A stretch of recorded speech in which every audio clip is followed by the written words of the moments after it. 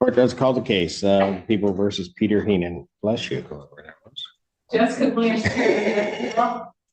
And may it please this honorable court, Michael Nichols on behalf of Mr. Henan. Thanks. Okay. Yeah, quite a few things going on. Yes. Mr. Henan, how are you, sir? State your name. All right. Okay, where are we now on this? Your Honor, I picked him up at U of M about 2:15 Today?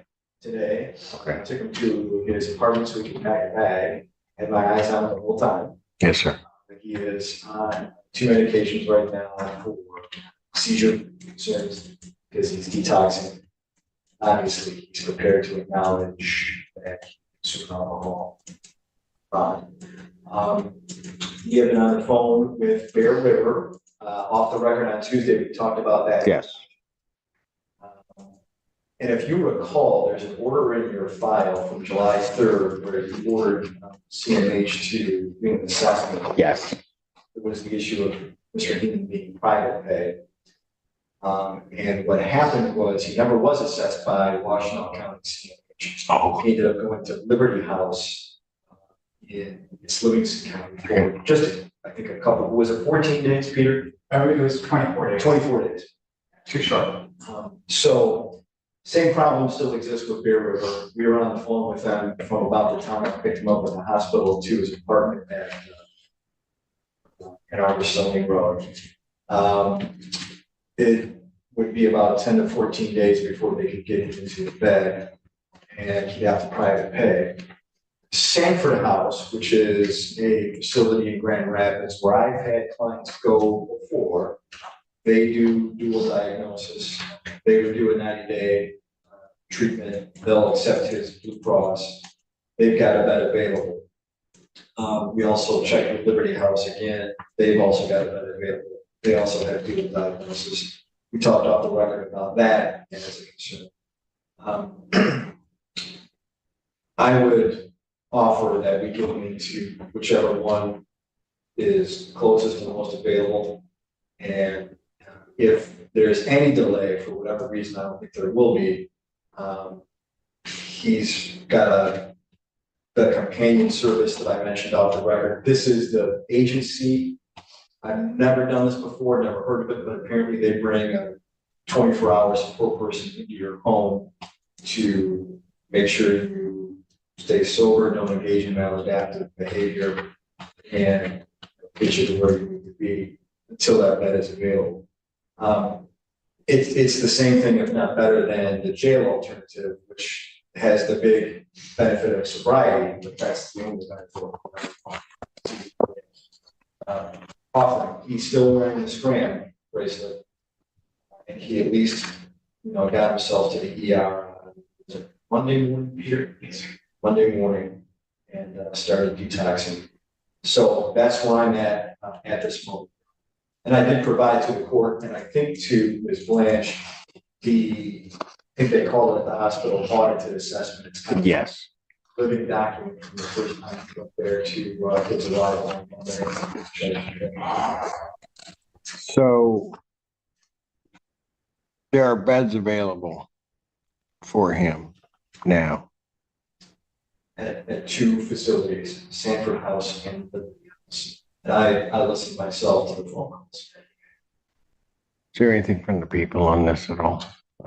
I'm obviously just concerned based on obviously he was in custody, he was released on a scram. He had been testing positive for benzos and alcohol. Originally, he had missed tests, and that's why he was in custody. And then he got released, and I think the drug testing fell off for some reason because then he was released on a scram. So now, he was withdrawn from Presalam. He was also positive, obviously for benzos prior. So I'm just concerned. I would like the drug testing aspect to come back on if he is, that he needs to be an inpatient if he's going to be in the community. I don't know if he's driving or what's going on, but obviously if he cannot stay away, be clean, and he's on the roads or whatever, that's a huge concern. He's had a lot of, he's been violating, and he's had a lot of chances, to be honest. So I don't No, know. And I get it, but his case has been going on since June, and I'm just, to move this case along, I realize he needs help, but at the same time, we have a pending case of a victim here. That, you know, would like to see the case move forward. Right, and I realized that you were not part of what we had on Tuesday, and so I would just say this. This gentleman has a lot that's sort of happening life-wise, including, and I'll just say this, I mean, some of the things that are happening are, and I'm gonna put it in my simple way, but I'll say it's really a result of the grieving process of the breakup of a family. And for him, that's been a huge piece of it. My understanding is from my notes that I had, I think he said 16, 17 years sobriety. And then it just,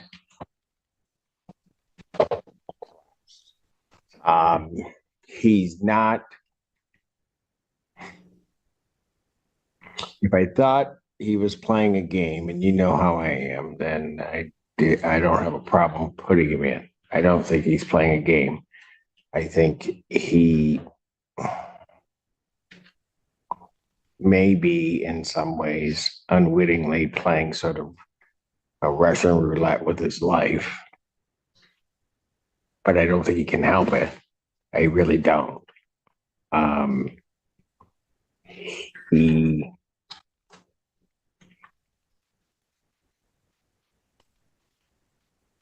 He was in, and I understand this, Blanche, when you talk about danger to the community, but I also realized this was a gentleman who was at such desperate points that at some point he could have gone out and drove when he was having these sort of this other relapse. He could have, he didn't.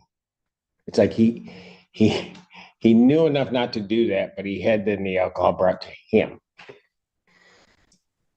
And so it's sort of strange because the danger wasn't really to the public. I mean, it's almost like he was conscious enough of that. The part he wasn't conscious of was the danger that he was posing to himself. And I knew that when we were here, we were supposed to be here the last time, and Mr. Henan wasn't here, and I was getting the report. My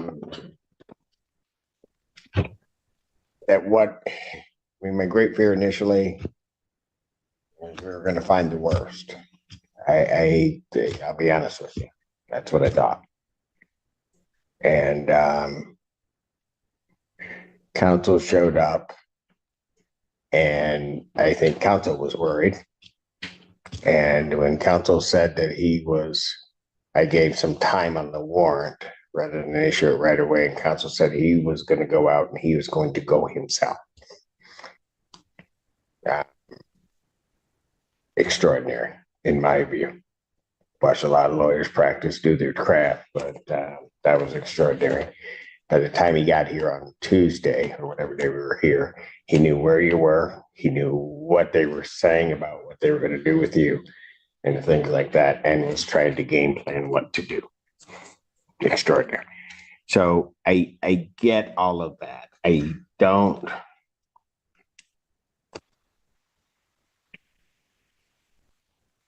We got to get him into, just got to keep getting him to treatment, trying.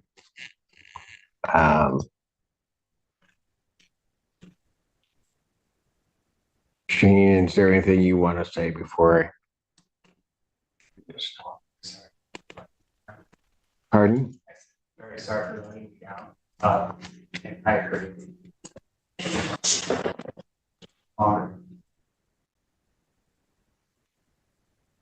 Shane, and I appreciate you saying that.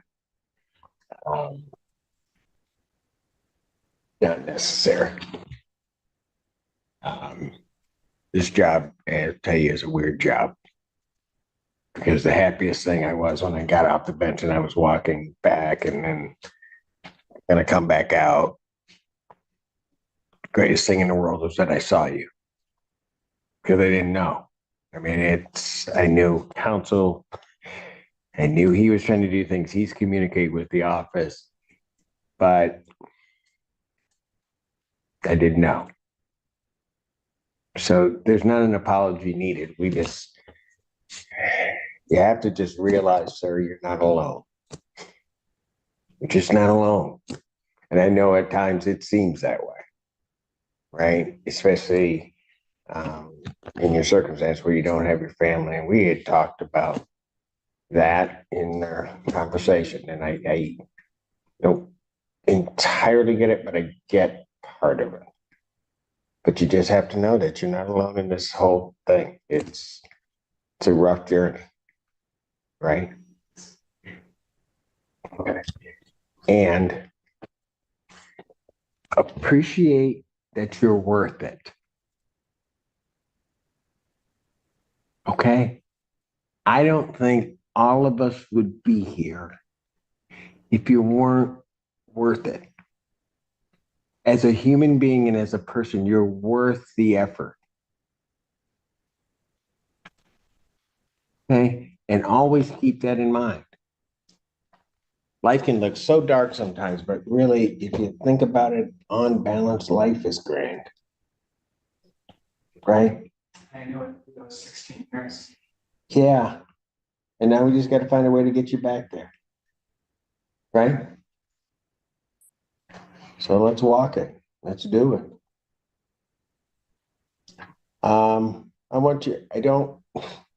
Sometimes I do stuff and I say stuff and I'm not sure why. But sometimes my gut just tells me something. I want you in the place in Grand Rapids. The one out west. I understand council said someplace. I don't know what's telling me that. But if that's where we can get you at, I'm just that choice, I'm just gonna go with my gut on. It's highly respected.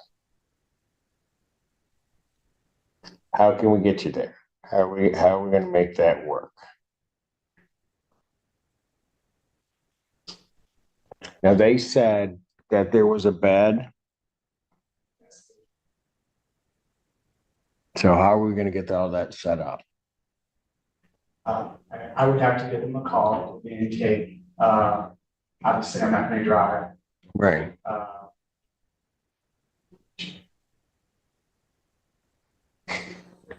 My oldest lives in Grand Rapids. Pardon? My oldest lives in Grand Rapids. I can make an excuse to go with that kind of. And you know what?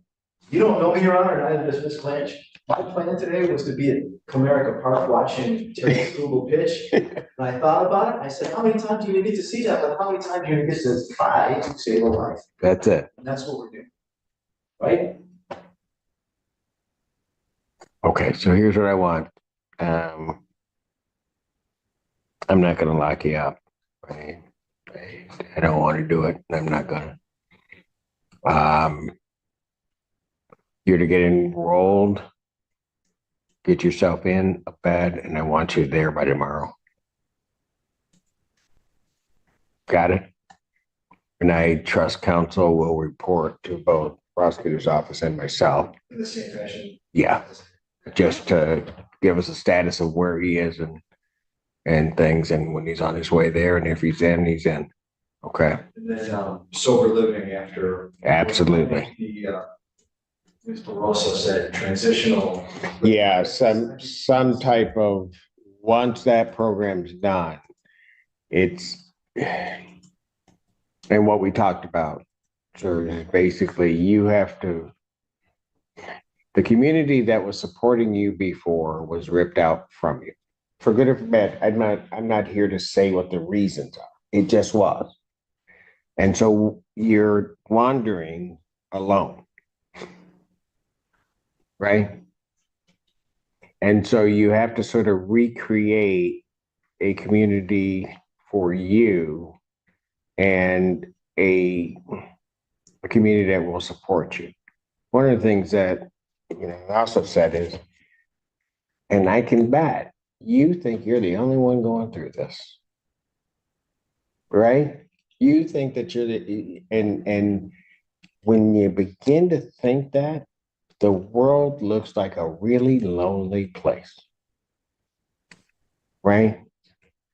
So we got to do this part. I mean, the idea would be to do this part. Then when you come out, get into some transitional housing, be around people that are having the same struggle as you are, that can appreciate when you say something, they can appreciate it because they've probably been through it, and maybe stop it from occurring with you or stop that thought process from going. So that would be sort of the long-term plan of that. What do you think about that? I completely agree. My biggest issue is I don't like to inconvenience people.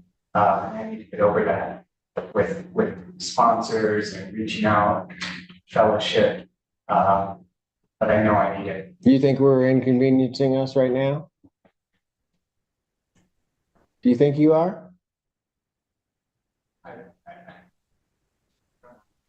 No, you answer. Do you think you are? You're not. It's what we do, first of all. All right. And and that's the big piece that you have to get over. You're worth it.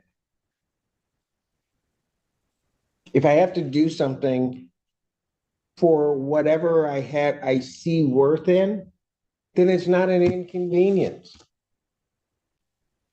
And if that's the case, you can't be an inconvenience, and you can't be inconveniencing us. You got it? So one thing that you learn about me, Mr. Henan, and anybody will tell you this, if I give you my word, I'm going to walk that walk with you, do what I can. Some things I can't do, but if I say I'm going to do that, I'm going to do it. If nothing else, I'm a man of my word.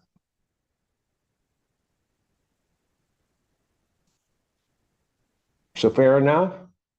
So when you get in that mindset, particularly regarding this court, that somehow or another you're inconveniencing us or doing whatever, just almost have the trigger be for you in your head, you're worth it. Have my ugly face, as I've been told today it is. Thank you, Ms. Hughes. Remember my face telling you you're worth it. Got it? You're welcome. Thank you for being you. Thank you for showing up here. Thank you for being alive today. Because every day, Mr. Henan, I wake up and I just hope that I get to see a miracle. Sometimes you don't even know a miracle when you see it. But what you've been on for the past couple weeks, the very fact that you walked through those doors, that's my miracle for today. Okay? So what I'm going to do for a future date, I want him in by tomorrow. I'll just put it out 1 week, not expecting that we're going to be able to do anything, but we'll at least have a date that's a check-in. Counsel, you can appear via Zoom if everything's all set. Anything else? So I'll just set. Do I have a warrant out on him? Okay, I don't think so. So I'll set this for the 19th, 2024. I'll set it at 9, but see that. I'll have his bond continue in this matter, and I will indicate defendant. It's Sanford House, right? Sanford House. Yeah. Sanford Behavioral Health. Yeah, okay. I'll get it done. All right. And we'll look for the updates. Okay, you're welcome. The This final case takeaway ultimately- is striking. The court began with serious concerns about alcohol use, testing violations, bond conditions, and immediate safety, but ultimately moved toward treatment and accountability, rather than simply keeping Henan locked up. The judge emphasized that Henan was worth the effort and ordered him toward treatment with continued court oversight. It's a powerful example of how a courtroom can balance public safety, legal consequences, and the possibility of rehabilitation. If you found this case as shocking as we did, make sure to hit that like button. Share your thoughts in the comments, and don't forget to subscribe for more jaw-dropping courtroom breakdowns. No, you somebody help people. Right here. Nope, so, okay. There you go. Short catch. Good afternoon, Judge. Jackie Mossford, and on behalf of Mr. Henan, who is present to my right. And John Shea, Your Honor, is All right. Okay, Mr. Henan, and the record should reflect just briefly set it out that while we were waiting for the courtroom change, I had a bench conference with counsel, and given those discussions, Mr. Henan was, prior to calling his case, sent over to Community Corrections to obtain a scram tether and also to take a full panel drug test. Went over, did that, came back a 0.10 on a PBT, could not have the scram tether put on because of that. And also came back in terms of his drug testing with a possible dilution in terms of the creatinine level. Came back positive for benzos, and came back for positives on the benzos. Mr. Henan, let me ask you this. You blew a 1-0. When did you stop drinking? When's the last time you had a drink? So about 4, I woke up and my hands were shaking. So I drank some high noon. And then at How much high noon did you have? just enough till my hands stopped shaking. Okay, what's that? Tell me what that means. Like for me, it's like 4 to 6. And then at 7 this morning, when the liquor stores open, I had a DoorDash delivery of more high noon. And I drank again until my hands stopped shaking. And how much did you have that time? Your Honor, honestly, I just kept drinking until my hands stopped shaking. It was a 4-pack. Okay, it was a 4-pack? High noon comes in 4-pack. Right. And so did you drink them all? Oh, yeah. Okay. And how long did that take you? I chugged. Okay, so that DoorDash delivery at 7, that was the last you had? Yes, and my hands were shaking, so I've got a bunch of empties, and this is how desperate I was. I would pick up all the empties on my table and see if there were sips. And there was one that was like that full, and I chugged that as well. Do you think you're in trouble? I mean, just not with the court. I'm not talking about with the court, but just with you and your sobriety. I do. I have 16 years of sobriety. So I know I can do it. I'm just having a hard time right now with this divorce and losing the kids. And just life is hard right now. You know, I had to resign my job I loved. It's just been rough. Okay, so right now you're also not working. I had to resign to go to treatment. I'm just going to let you know that you're going to be staying at the Washington County Jail, temporarily revoke your bond. Okay. And I'm not doing that necessarily as a punishment, but I have no way to release you and keep the community nor you safe. At this time, the bond is revoked. Just reset it tomorrow. Thank you. Prosecuting attorney, on behalf of people. Good morning, Your Honor. Jackie Moss on behalf of Mr. Henan, who is approaching.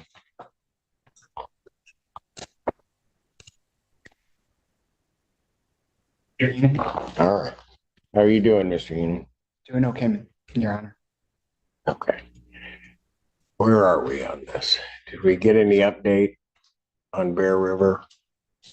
Your Honor, in regards to, pardon me, in regards to Bear River, yes, the update is Bear River can have Mr. Henan admitted within 24 to 48 hours. However, they would require the referral from CMH. That was not able to take place yesterday because CMH said they required an order from Your Honor before For CMH to evaluate him? yes. Here's what I'm gonna do. And you're not gonna like it, Mr. Henan, but I'm making the call. You're not going anywhere. I'll sign the order. He'll get assessed on Friday. And we're gonna get you up to Bear River and start this process. Mr. Henan, how'd you get here yesterday? I drove, Your Honor. Yeah. And I'm letting you know that that factors into my decision because, Mr. Henan,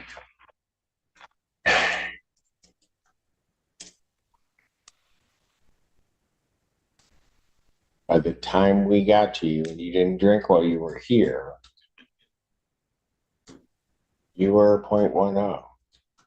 By the time we got you over to community corrections, and you had already been here a while. It's that behavior that, and again, I'm not saying that you're a bad person, but your inability to make a proper judgment on that, that leads me to the conclusion that I have to keep you right where you are, get an order, get CMH to talk to you, and get you into treatment. This is the first major turning point. The judge is not treating the bond revocation as simple punishment. The court is saying that, based on Henan's current condition and immediate safety concerns, there is no reliable way to release him safely right now. But the bigger question is whether custody will actually solve the problem or whether treatment is the more effective path. What would you have chosen?